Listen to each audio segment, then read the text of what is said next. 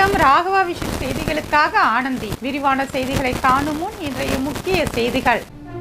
புதுச்சேரி சட்டப்பேரவை 18ஆம் தேதி கூடுகிறது. சபாநாயகர் செல்வம் தகவல். சிங்கம் பூங்காவை சீரமைத்து பயன்பாட்டிற்கு கொண்டு வர வேண்டும், பொதுமக்கள் கோரிக்கை. தேசிய தரவரிசை பட்டியலில் அரசு பல் மருத்துவக் கல்லூரி 23வது இடம் பிடித்து சாதனை, முதலமைச்சர் ரங்கசாமி பெருமிதம். மக்கள் குறை கேட்பு கூட்டம். வில்லியனூர் போக்குவரத்து காவல் நிலையத்தில் நடைபெற்ற கூட்டத்தில் பொதுமக்கள் பங்கேற்பு. இனி விரிவான செய்திகள். புதுச்சேரி சட்டசபை வரும் 18ஆம் தேதி கூட உள்ளதாக சபாநாயகர் செல்வம் தெரிவித்துள்ளார். புதுச்சேரி சட்டசபையில் பட்ஜெட் கூட்டத்தொடர் கடந்த மார்ச் மாதம் 10ஆம் தேதி கவர்னர் உரையுடன் தொடங்கியது. மார்ச் 12ஆம் தேதி முதலமைச்சர் ரங்கசாமி பட்ஜெட்டை தாக்கல் செய்தார். தொடர்ந்து 13 நாட்கள் நடந்த பட்ஜெட் கூட்டத்தொடர் மார்ச் 27ஆம் தேதி மாநில அந்தஸ்து வலியுறுத்தும் அரசு தீர்மானத்தை நிறைவேற்றி முடிவடைந்தது. 6 மாதத்திற்கு ஒருமுறை சட்டமன்றம் கூட்டப்பட வேண்டும் என்பது விதி. அதன்படி இந்த மாதம் சட்டசபை கூட்டப்பட வேண்டும். இதற்காக வருகின்ற 18ஆம் தேதி காலை 9:30 மணிக்கு புதுச்சேரி சட்டசபை கூடுகிறது. இதனை சபாநாயகர் செல்வம் அறிவித்தார். 15வது புதுச்சேரி சட்டப்பேரவையின் 6வது கூட்டத்தொடரின் 2வது பகுதி வருகின்ற 18ஆம் தேதி காலை 9:30 மணிக்கு சட்டப்பேரவை வளாகத்தில் உள்ள பேரவை கூடத்தில் கூடுவதாகவும், பேரவையின் முன் வைக்க வேண்டிய சட்ட வரைமுறைகள் ஏடுகள் இருந்தால் அவற்றை பேரவை முன் தாக்கல் செய்ய அரசு துறைகளுக்கு அறிவுறுத்தப்பட்டுள்ளதாகவும் குறிப்பிட்டுள்ளார். அதோடு இந்த சட்டப்பேரவை கூட்டம் எத்தனை நாள் நடைபெறும் என்பது குறித்து அலுவல் ஆய்வுக்குழு கூடி முடிவு செய்யும் என்றும், புதுச்சேரியில் தொழில் தொடங்குவதை எளிதாக்கும் சட்ட மசோதா மற்றும் GST 2வது சட்ட திருத்த மசோதா ஆகியவை சபையில் தாக்கல் செய்யப்பட உள்ளதாகவும் அவர் கூறினார். தொழில் தொடங்குவதை எளிதாக்கும் சட்டத்தின் கீழ் அரசு துறைகளுக்கு அனுமதி அளிக்க காலக்கெடு நிர்ணயிக்கப்படுவதாகவும், மேலும் சட்டமன்றத்தின் பட்ஜெட் அறிவிப்புகள், வாக்குறுதிகள் நிறைவேற்ற மாநில அந்தஸ்து ஆகியவை குறித்து விவாதங்கள் நடைபெறும் என்றும் அவர் தெரிவித்தார். முதலமைச்சர் கேபினெட் முடிவு செய்து அதன் பிறகு அது தலைமைச் செயலர் உள்ளிட்ட அரசு அதிகாரிகள் பரிந்துரை செய்து கவர்னர் ஒப்புதல் பெற்று இன்னைக்கு அந்த அறிக்கையை தாக்கல் பண்ணணும். அதுல இனிமேட்டு அவங்க நிறுத்தினாலும் அதுக்கான தண்டனையை அவங்க அனுப்பிப்பாங்க. ஆளுநர் தான் ஒப்புதல் கொடுத்திருக்காரு. ஆளுநர்கிட்ட எந்த கோப்பமும் போடுறதுக்கான வாய்ப்பு இல்லை. இந்த புதுச்சேரியை பொறுத்தவரை அதுக்கான வாய்ப்பு இல்லை. சிங்கம் பூங்காவை சீரமைத்து பயன்பாட்டிற்கு கொண்டு வர வேண்டும் என்று பொதுமக்கள் கோரிக்கை விடுத்துள்ளனர். புதுவை கருவடிக்குப்பம் கென்னடி கார்டன் பகுதியில் லாஸ்பேட்டை செல்லும் மெயின் ரோட்டை ஒட்டி வெள்ளவாரி வாய்க்கால் அருகே கடந்த 2005ஆம் ஆண்டு குழந்தைகள் பூங்கா அமைக்கப்பட்டது. குழந்தைகள் விளையாடுவதற்கு சறுக்கு மரம், ஊஞ்சல், சுற்று ராட்டினம் உள்ளிட்ட விளையாட்டு உபகரணங்கள் இங்கு நிறுவப்பட்டன. இந்த பூங்காவில் செயற்கை குளம், புல்வெளி, அமர்ந்து இளைப்பாற இருக்கைகளும் அமைக்கப்பட்டிருந்தன. சிங்கம் உள்ளிட்ட சிலைகள் வடிவமைக்கப்பட்டிருந்ததால் சிங்கம் பார்க் என்று அழைக்கப்பட்டது. இந்த பூங்காவின் ஆரம்பத்தில் கருவடிக்குப்பம் மற்றும் சுற்றியுள்ள பகுதிகளை சேர்ந்த குழந்தைகள் மற்றும் பொதுமக்கள் மாலை வேளைகளில் குவிந்து பொழுதை போக்கி வந்தனர். நாளடைவில் போதிய பராமரிப்பு இல்லாததால் இந்த பூங்கா அலங்கோலமாக காட்சியளிக்கிறது. ராட்டினம் உடைந்து கிடக்கிறது. ஊஞ்சல் பலகை மாயமாகி இரும்பு கம்பிகள் மட்டுமே தொங்கிக் கொண்டிருக்கின்றன. செயற்கை நீரூற்றும் செயல்படவில்லை. செயற்கை குளம் கொசு உற்பத்தி மையமாக மாறியுள்ளது. பூங்கா முழுவதும் புதர் மண்டி கிடக்கிறது. இருளில் மூழ்கி கிடக்கும் பூங்காவை சமூக விரோதிகள் திறந்தவெளி மது அருந்தும் இடமாக பயன்படுத்தி வருகின்றனர். சிங்கம் பூங்காவை சீரமைத்து பயன்பாட்டிற்கு கொண்டு வர அரசு நடவடிக்கை எடுக்க வேண்டும் என்று அப்பகுதி மக்கள் கோரிக்கை விடுத்துள்ளனர். தேசிய தரவரிசை பட்டியலில் அரசு பல் மருத்துவக் கல்லூரி 23வது இடத்தை பிடித்து சாதனை படைத்துள்ளதற்கு முதலமைச்சர் ரங்கசாமி பெருமிதம் தெரிவித்துள்ளார். தேசிய நிறுவன தரவரிசை கட்டமைப்பு மத்திய அரசின் மனிதவள மேம்பாட்டுத் துறையால் நாடு முழுவதும் உள்ள கல்வி மற்றும் ஆராய்ச்சி நிறுவனங்களை தரவரிசைப்படுத்துவதற்காக தொடங்கப்பட்ட அமைப்பாகும். இது கற்பித்தல், கற்றல், ஆராய்ச்சி, பட்டப்படிப்பு முடிவுகள், வேலைவாய்ப்பு மற்றும் சமூகத்தில் கல்வியை பற்றிய மக்களின் கருத்து ஆகியவற்றின் அடிப்படையில் அகில இந்திய அளவில் தரவரிசை பட்டியலை ஆண்டுதோறும் வெளியிடுகிறது. 2025ஆம் ஆண்டிற்கான பல் மருத்துவக் கல்லூரிகளின் தரவரிசை பட்டியலில் புதுவை கோரிமேட்டில் உள்ள அரசு மகாத்மா காந்தி முதுநிலை பல் மருத்துவ நிறுவனம் 23ஆம் இடத்தை பிடித்து சாதனை படைத்துள்ளது. இது புதுவைக்கு பெருமை சேர்க்கும் நிகழ்வாக கருதப்படுகிறது. அது மட்டுமல்லாது தென்னிந்திய அளவில் அரசு பல் மருத்துவக் கல்லூரிகளில் இந்த கல்லூரி மட்டுமே தேர்வாகியுள்ளது குறிப்பிடத்தக்கது. இக்கல்லூரி சென்ற ஆண்டு NIRF தரவரிசையில் 35வது இடத்திற்கு தேர்வாகி இருந்தது. தற்போது இந்த ஆண்டு 12 இடங்கள் முன்னேறி 23வது இடத்திற்கு தேர்வாகி இருப்பது புதுவைக்கு பெருமையாக உள்ளதாக முதல்வரும் பல் மருத்துவக் கல்லூரியின் தலைவருமான ரங்கசாமி தெரிவித்துள்ளார்.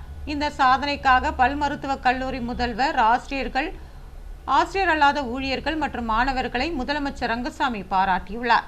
மேலும் இந்த கல்வியாண்டில் இக்கல்லூரியில் பல் மருத்துவ பட்டப்படிப்பிற்கான சேர்க்கை 125 இடங்களாக அதிகரித்துள்ளதால் புதுவை மாணவர்களுக்கு மிகுந்த பயனுள்ளதாக இருக்கும் என்றும் அவர் தெரிவித்தார். வில்லியனூர் போக்குவரத்து காவல்துறை சார்பில் நடைபெற்ற மக்கள் குறை கேட்பு கூட்டத்தில் போக்குவரத்து நெரிசல் குறித்து மக்கள் கோரிக்கை விடுத்தனர். புதுச்சேரியில் பொதுமக்களின் பாதுகாப்பு நலன் கருதி புதுச்சேரி காவல்துறை உயர் அதிகாரிகள் தலைமையில் வாரந்தோறும் மக்கள் குறை கேட்பு கூட்டம் நடைபெற்று வருகிறது. அதன் அடிப்படையில் வில்லியனூர் போக்குவரத்து காவல் நிலையத்தில் புதுச்சேரி போக்குவரத்து முதுநிலை காவல் கண்காணிப்பாளர் நித்யா ராதாகிருஷ்ணன் தலைமையில் மேற்கு போக்குவரத்து காவல் கண்காணிப்பாளர் பக்தவச்சலம் முன்னிலையில் மக்கள் மன்ற கூட்டம் நடைபெற்றது. இதில் வில்லியனூர் சுற்றுவட்டார பகுதிகளில் இருந்து ஏராளமான பொதுமக்கள் கலந்து கொண்டனர். சாலை போக்குவரத்து பாதுகாப்பு மற்றும் போக்குவரத்து நெரிசலை கட்டுப்படுத்துவது சம்பந்தமான பல்வேறு கோரிக்கைகளை அவரிடம் முன்வைத்தனர். பொதுமக்களின் கோரிக்கையை ஏற்ற காவல்துறை அதிகாரிகள் விரைந்து நடவடிக்கை மேற்கொள்வர் என்று அவர் உறுதியளித்தார். இந்த மக்கள் குறை கேட்பு கூட்டத்தில் வில்லியனூர் போக்குவரத்து ஆய்வாளர் சண்முகம், கிருமாம்பாக்கம் போக்குவரத்து ஆய்வாளர் தன்வந்திரி, வில்லியனூர் போக்குவரத்து உதவி ஆய்வாளர் முத்துக்குமரன் மற்றும் போலீசார் உடனிருந்தனர். மணக்குள விநாயகர் கோவில் தேரோட்டத்தில் திரளான பக்தர்கள் கலந்து கொண்டு சுவாமி தரிசனம் செய்தனர். உலக புகழ்பெற்ற ஸ்ரீ மணக்குள விநாயகர் கோவிலின் 65ஆம் ஆண்டு பிரம்மோற்சவ விழா கடந்த 29ஆம் தேதி கொடியேற்றத்துடன் தொடங்கி நடைபெற்று வருகிறது. தினந்தோறும் மணக்குள விநாயகருக்கு பல்வேறு வாகன அலங்காரத்தில் திருவீதி உலா நிகழ்ச்சி நடைபெற்று வருகிறது. பிரம்மோற்சவத்தின் முக்கிய நிகழ்வான திருக்கல்யாண வைபவம் கடந்த 2ஆம் தேதி நடைபெற்றது. தொடர்ச்சியாக திருத்தேரோட்டம் நடைபெற்றது. அலங்கரிக்கப்பட்ட மணக்குள விநாயகர் உள்புறப்பாடு கொண்டு வரப்பட்டு திருத்தேரில் வைத்து திருத்தேரோட்டம் நடைபெற்றது. இதில் ஏராளமான பக்தர்கள் கலந்து கொண்டு தேரினை வடம் பிடித்து இழுத்தனர். தேரானது முக்கிய வீதிகள் வழியாக மீண்டும் கோவிலை வந்தடைந்தது.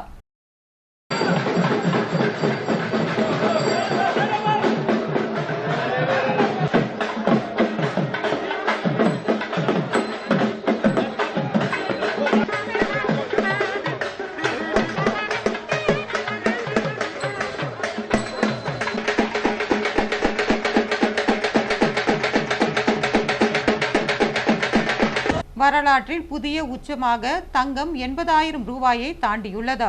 ஒவ்வொரு நாளும் ஒவ்வொரு விலை என்ற போக்கில் தங்கம் விலை இருக்கிறது. விலை மாற்றம் இல்லாத நாட்களே இல்லை என்ற வகையில் ஏறுவதும் இறங்குவதுமாக தங்கம் இருந்து வருகிறது. இதனிடையே கடந்த சில நாட்களாக தங்கம் விலை உயர்ந்த வண்ணமே காணப்படுகிறது. தொடர்ந்து வார தொடக்க நாளான திங்கட்கிழமை சவரனுக்கு 680 ரூபாயும், நேற்று முன்தினம் சவரனுக்கு 160 ரூபாயும், நேற்று சவரனுக்கு 640 ரூபாயும் உயர்ந்து ஒரு சவரன் 78,440 ரூபாய்க்கு விற்பனையானது.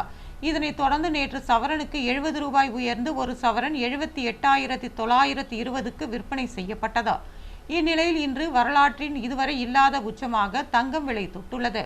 கிராமிற்கு 140 ரூபாய் உயர்ந்து ஒரு கிராம் தங்கம் 10,005 ரூபாய்க்கும், சவரனுக்கு 1,120 ரூபாய் உயர்ந்து ஒரு சவரன் 80,040 ரூபாய்க்கும் விற்பனையானது. கடந்த 3 நாட்களில் சவரன் 3,080 ரூபாய் உயர்ந்துள்ளது குறிப்பிடத்தக்கது.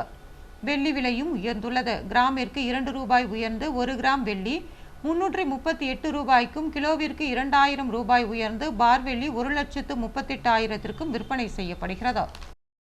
மாநில அளவிலான யோகாசன போட்டியில் கீழ்புத்துப்பட்டு சுவாமி விவேகானந்தா கல்லூரி மாணவர்கள் முதல் பரிசினை பெற்றுள்ளனர். காட்டாங்குளத்தூர் SRM கல்லூரியில் மாநில அளவிலான யோகாசன போட்டிகள் நடைபெற்றது. தமிழகம், புதுச்சேரியை சேர்ந்த 500க்கும் மேற்பட்டோர் இந்த யோகாசன போட்டியில் பங்கேற்றனர். சுவாமி விவேகானந்தா ஊரக சமுதாய கல்லூரி தொழிற்கல்வி பிரிவில் பயிலும் மாணவிகள் இந்த யோகாசன போட்டியில் வெற்றி பெற்றனர். யோகாசனம் செய்து சிறப்பு பிரிவில் பரிசுகளை பெற்றனர். மாணவர்கள் பல்வேறு பிரிவுகளில் பங்கேற்றதில் ஆசிரியர் நீலகண்டன் மற்றும் தமிழரசன் ஆகியோர் முதல் பரிசையும், குருபிரசாத், நாகமகாதேவன் 2வது இடத்தையும் வென்றனர். கல்லூரியின் யோக பிரிவு ஆசிரியர் நீலகண்டன், மாலா மற்றும் வெங்கடேஸ்வரன் உள்ளிட்ட பல்வேறு தொழிற்கல்வி பயிலும் 30 மாணவ மாணவியர் இந்த யோகாசன நிகழ்ச்சியில் பங்கேற்றனர்.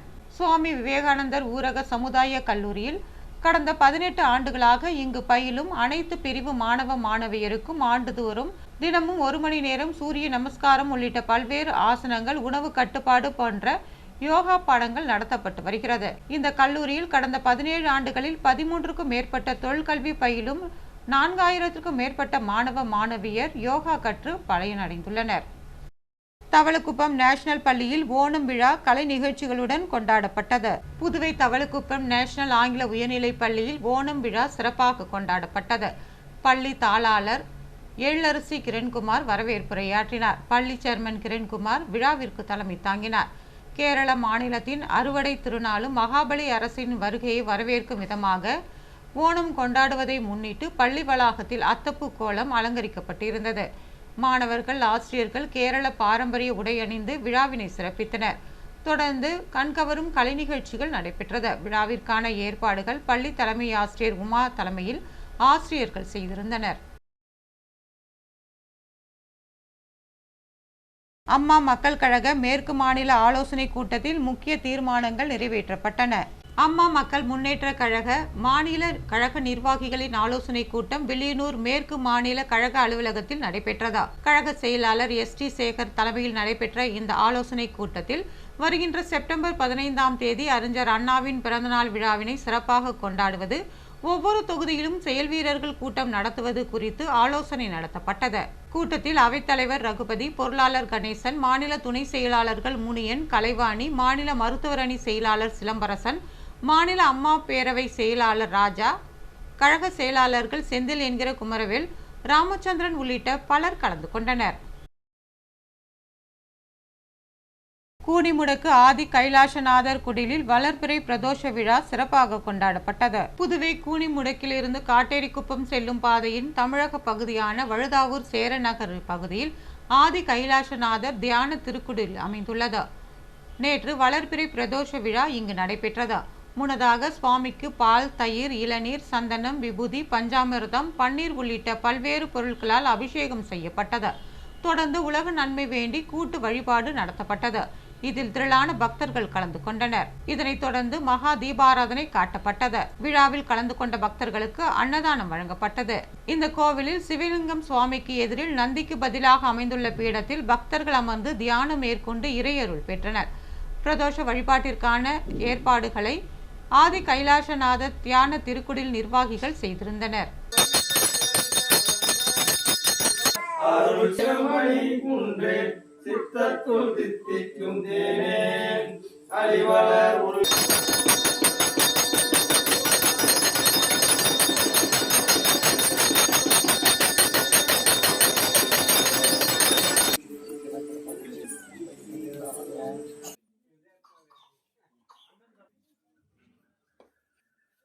புதுவையில் இன்றைய தங்கம் மற்றும் வெள்ளி விலை விவரம். தங்கம் 1 கிராம் 10,500 ரூபாய். ஒரு சவரன் தங்கம் 80,040 ரூபாய். வெள்ளி 10 கிராம் 1,340 ரூபாய். மீண்டும் இன்றைய முக்கிய செய்திகள். புதுச்சேரி சட்டப்பேரவை 18ஆம் தேதி கூடுகிறது. சபாநாயகர் செல்வம் தகவல். சிங்கம் பூங்காவை சீரமைத்து பயன்பாட்டிற்கு கொண்டு வர வேண்டும், பொதுமக்கள் கோரிக்கை. தேசிய தரவரிசை பட்டியலில் அரசு பல் மருத்துவக் கல்லூரி 23வது இடம் பிடித்து சாதனை, முதலமைச்சர் ரங்கசாமி பெருமிதம். மக்கள் குறை கேட்பு கூட்டம் வில்லியனூர் போக்குவரத்து காவல் நிலையத்தில் நடைபெற்ற கூட்டத்தில் பொதுமக்கள் பங்கேற்பு. இத்துடன் செய்திகள் நிறைவு பெறுகிறது. வணக்கம்.